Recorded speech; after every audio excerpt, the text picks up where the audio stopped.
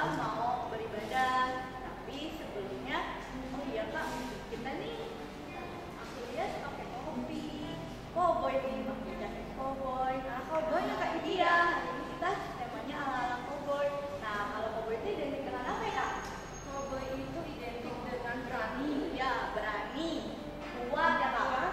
Terus semangat. Nah, adik-adik yang di rumah, semuanya hari ini harus semangat ya. Kita mau memuji Tuhan. Sebelumnya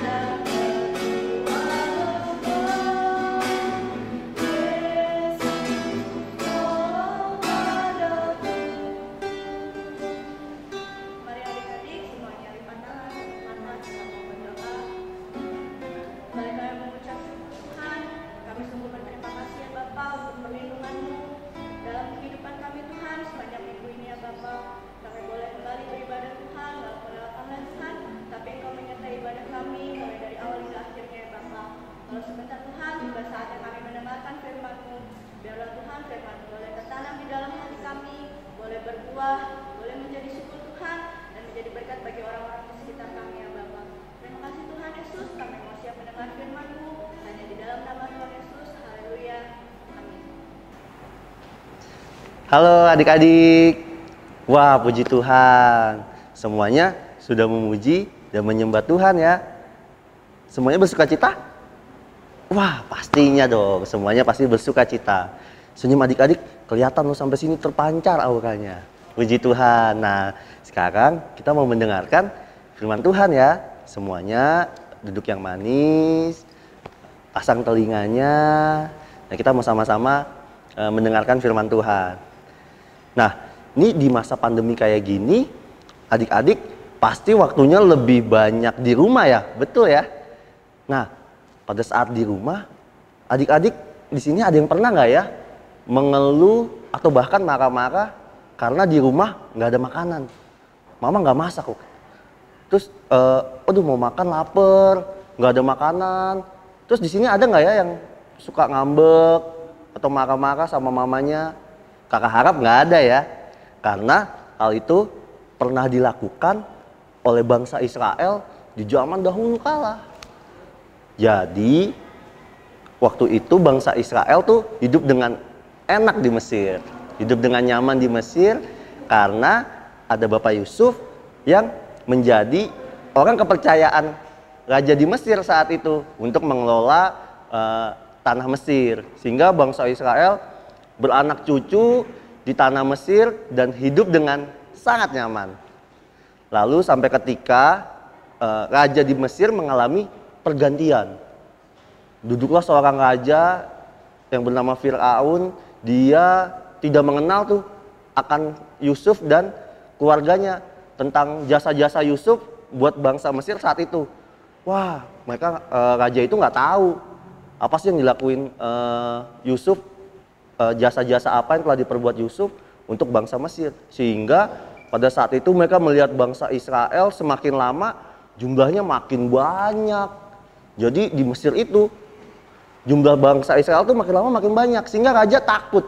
Wah, jangan-jangan Mesir ini nanti akan dihuni oleh bangsa Israel dan lama-lama Mesir akan diambil oleh bangsa Israel. Wah, Firaun ini menjadi takut, sehingga Firaun ini mengeluarkan perintah untuk menindas bangsa Mesir. Bangsa Israel, untuk menindas bangsa Israel di tanah Mesir. Jadi bangsa Israel itu dijadiin budak, disuruh bekerja dari pagi hingga malam, ditindas dengan harapan bangsa Israel ini tidak bertambah banyak. Tapi ajaibnya Tuhan, bangsa Israel ini di dalam penindasan mereka, jumlah mereka malah terus semakin banyak dan semakin banyak. 430 tahun. Wow, waktu yang lama ya adik-adik ya. Bangsa Israel hidup di tanah Mesir, dijajah oleh bangsa Mesir, dijadikan budak. Wah, itu waktu yang sangat lama sekali. Sehingga mereka berdoa kepada Tuhan dan Tuhan mendengarkan doa mereka, lalu mengutus Musa untuk membawa bangsa Israel keluar dari tanah Mesir menuju tanah yang dijanjikan oleh Tuhan. Nah, mereka keluar tuh dari tanah Mesir, melewati padang gurun yang sangat panjang ya. Dan kalau zaman dulu perjalanannya nggak kayak sekarang. Kalau sekarang adik-adik kalau mau pergi ke Bandung misalnya, itu adik-adik naik mobil ya, naik mobil. Coba adik-adik pernah bayangin nggak? Adik-adik pergi ke Bandung jalan kaki. Wah, kapan nyampenya ya? Tentu memakan waktu yang sangat lama. Nah, zaman dulu tuh nggak ada mobil, pesawat apalagi. Yang ada tuh ya orang berjalan, atau yang paling keren ya naik kuda gitu. Kayak kakak gini nih, pakai bajunya udah baju buat siap-siap naik kuda ya. Nah, jadi paling banter tuh naik kuda. Tapi saat bangsa Israel keluar dari tanah Mesir, itu kan rombongannya sangat banyak sekali ya. Sehingga jalannya pun walaupun ada orang yang naik kuda, itu nggak bisa cepet-cepet karena harus beriringan berjalan menuju tanah perjanjian. Lalu di dalam perjalanan yang sangat panjang itu, tentu kita kebayang ya, ada rasa lelah, bahkan ada rasa lapar yang sangat luar biasa gitu. Kurang lebih 1 bulan saat bangsa Israel keluar dari tanah Mesir, lalu tibalah mereka di padang gurun Sin. Di padang gurun Sin ini mereka mengalami satu kelaparan yang amat sangat, sehingga mereka tuh mengeluh, marah-marah kepada Musa dan Harun. Padahal saat mereka marah-marah, saat mereka mengeluh kepada Musa dan Harun, itu sama aja mereka marah-marah sama Tuhan. Kenapa adik-adik? Karena Tuhan yang meminta mereka keluar dari bangsa Mesir menuju tanah yang dijanjikan Tuhan. Sehingga pada saat mereka mengeluh, pada saat mereka marah-marah, mereka jadi tidak bersyukur tuh. Mereka melupakan setiap perbuatan-perbuatan Tuhan yang sangat ajaib. Adik-adik ingat gak? Waktu mereka keluar dari tanah Mesir, Tuhan buat apa? Ada 10 tulah ya. Ada 10 tulah yang Tuhan kerjakan yang harus ditimpa oleh bangsa Mesir. Dan itu membuat bangsa Israel keluar dari tanah Mesir. Dan tulah-tulahnya itu pekerjaan-pekerjaan yang tidak bisa dilakukan oleh manusia. Dan itu hanya karena pertolongan Tuhan. Lalu adik-adik juga masih ingat gak? Saat bangsa Israel berjalan, lalu dia terhalang oleh Laut Mati. Dan saat itu Musa dengan kekuatan yang dari Tuhan membelah laut tersebut sehingga bangsa Israel berjalan di tengah-tengah laut yang terbelah, di tengah-tengah tanah yang kering. Wah, pada saat mereka menderita kelaparan, saat itu mereka lupa tuh akan setiap perbuatan-perbuatan Tuhan yang begitu luar biasa. Nah, itu kenapa Tuhan tidak suka dengan sifat yang suka mengeluh, suka marah-marah. Karena saat kita melakukan keluhan-keluhan, saat kita marah-marah, kita jadi lupa bersyukur kepada Tuhan akan setiap kebaikan-kebaikan Tuhan yang Tuhan telah berikan tuh buat kita semua. Jadi kita nggak boleh mengeluh ya, kita nggak boleh marah-marah. Nah, kita lanjutkan lagi. Lalu pada saat bangsa Israel itu mengeluh kepada Musa dan Harun, mereka berkata, wah kalau kayak gini ceritanya mah lebih baik kita semua di tanah Mesir aja, mati di sana nggak apa-apa kok. Tapi kita nggak pernah kelaparan, ada roti, ada daging. Dibanding seperti ini, kita keluar dari tanah Mesir, kita menderita kelaparan, toh mati-mati juga. Wah, saat itu bangsa Israel berkeluh kesah kepada Nabi Musa. Lalu Musa berdoa kepada Tuhan, dan Tuhan di padang gurun Sin memberikan makanan kepada bangsa Israel. Kalau dipikir-pikir, dengan apa ya memberikan makanan ini ya? Karena jumlah bangsa Israel yang keluar dari tanah Mesir itu sangat banyak sekali. Kalau sekarang tuh saat adik-adik merasa lapar, adik-adik tinggal pesan online. Kalau mama nggak masak ya, kalau zaman dulu ada nggak ya? Nggak ada kayaknya. Restoran-restoran pun nggak ada. Wah, gimana caranya Tuhan memberikan makanan di padang gurun? Wah, yang sebegitu nggak ada apa-apa di padang gurun, yang ada cuma pasir. Tapi saat Tuhan yang menuntun, maka kita akan melihat keajaiban-keajaiban yang Tuhan kerjakan. Dan saat itu Tuhan memberikan roti yang turun dari surga. Wah, saat itu sungguh pemandangan yang mungkin menakjubkan ya. Karena di tengah-tengah padang gurun yang begitu panas, tiba-tiba turun roti dari surga. Turun seperti hujan.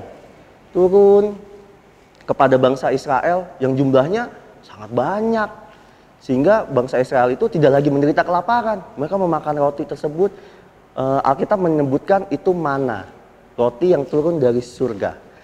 Dan roti itu dimakan oleh bangsa Israel.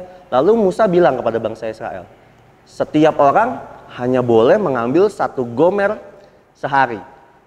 Jadi bangsa Israel nggak boleh ngambil lebih tuh. Saat mereka ngambil rotinya lebih, simpen buat besok pagi, sarapan gitu. Wah, rotinya tahu udah jadi busuk, udah jadi bau. Nah, itu Tuhan ingin kita mengandalkan Tuhan, itu percaya kepada Tuhan hari demi hari. Kita nggak usah khawatir dengan, besok kita mau makan apa ya? Besok nanti kayak gimana ya? Karena apa? Saat Tuhan yang menyertai kehidupan kita, maka Tuhan yang akan menyiapkan segalanya. Tuhan yang akan menyediakan apa yang kita perlukan. Gitu. Jadi saat bangsa Israel itu diberikan roti mana, mereka hanya boleh mengambil 1 gomer sehari. Kecuali di hari yang ke-6, karena hari ke-7 itu adalah hari Sabat. Di hukum Taurat dibilang hari Sabat itu hari yang kudus gitu ya. Jadi di hari yang ke-6 bangsa Israel boleh mengambil 2 gomer. Persediaan buat hari Sabatnya, hari Minggu kalau kita nyebutnya sekarang. Nah, itu baru bangsa Israel boleh mengambil makanan tersebut. Nah, itu kita bisa lihat bagaimana pertolongan Tuhan yang begitu luar biasa terhadap bangsa Israel. Nah, bangsa Israel yang segitu banyak aja, Tuhan bisa beri makan, bahkan di tengah-tengah kondisi yang sangat tidak mungkin kalau menurut ukuran manusia. Karena di padang gurun, kalau adik-adik suka nonton film gitu ya, itu di padang gurun bagaimana orang bisa mati kehausan, mati kelaparan, karena nggak ada apa-apa di sana, gitu. Dan tapi oleh karena pertolongan Tuhan yang perkasa, oleh karena pertolongan Tuhan yang ajaib, bisa turun roti dari surga, dari langit, turun ke bawah dan memberikan makan, memuaskan seluruh bangsa Israel saat itu. Nah, firman Tuhan hari ini mengajarkan kita untuk kita tidak suka mengeluh. Untuk kita tidak marah-marah atas keadaan mungkin yang saat itu kita rasa nggak enak gitu. Aduh, ini kondisi yang sangat tidak enak gitu, kondisi kelaparan dan sebagainya. Tapi Tuhan mau kita percaya sama Tuhan. Karena apa? Kita memiliki Allah yang selalu memperhatikan kehidupan kita. Kita memiliki Allah yang menyediakan apa yang kita perlukan. Allah yang saat itu menolong bangsa Israel tuh, menurunkan roti dari surga. Allah yang sama yang kita sembah. Allah adik-adik dan kakak juga. Allah yang menyediakan segala kebutuhan kita. Puji Tuhan. Jadi melalui firman Tuhan hari ini, Tuhan mengajarkan kita untuk kita selalu senantiasa mengucap syukur ya kepada Tuhan. Tidak suka mengeluh, tidak suka marah-marah. Karena hal itu membuat kita jadi lupa untuk mengingat akan setiap kebaikan Tuhan. Puji Tuhan. Itu aja firman Tuhan buat kita pada hari ini. Dan sekarang kita mau berdoa. Semuanya lipat tangan, tutup matanya, kita sama-sama berdoa. Tuhan Yesus, terima kasih untuk firman-Mu pada hari ini, untuk kami semua. Kau mengajarkan kami, untuk kami senantiasa mengucap syukur apapun keadaan yang kami hadapi. Ampuni kami Tuhan, jika di waktu-waktu yang lalu kami suka mengeluh, kami suka marah-marah, biarlah kiranya Tuhan yang ampuni. Dan mulai hari ini kami mau menjadi anak-anak yang mengucap syukur kepada Tuhan. Anak-anak yang tahu berterima kasih kepada Tuhan. Terima kasih untuk firman-Mu pada hari ini ya Bapa. Kami terima dengan penuh ucapan syukur. Hanya di dalam nama Tuhan Yesus Kristus. Haleluya. Amin.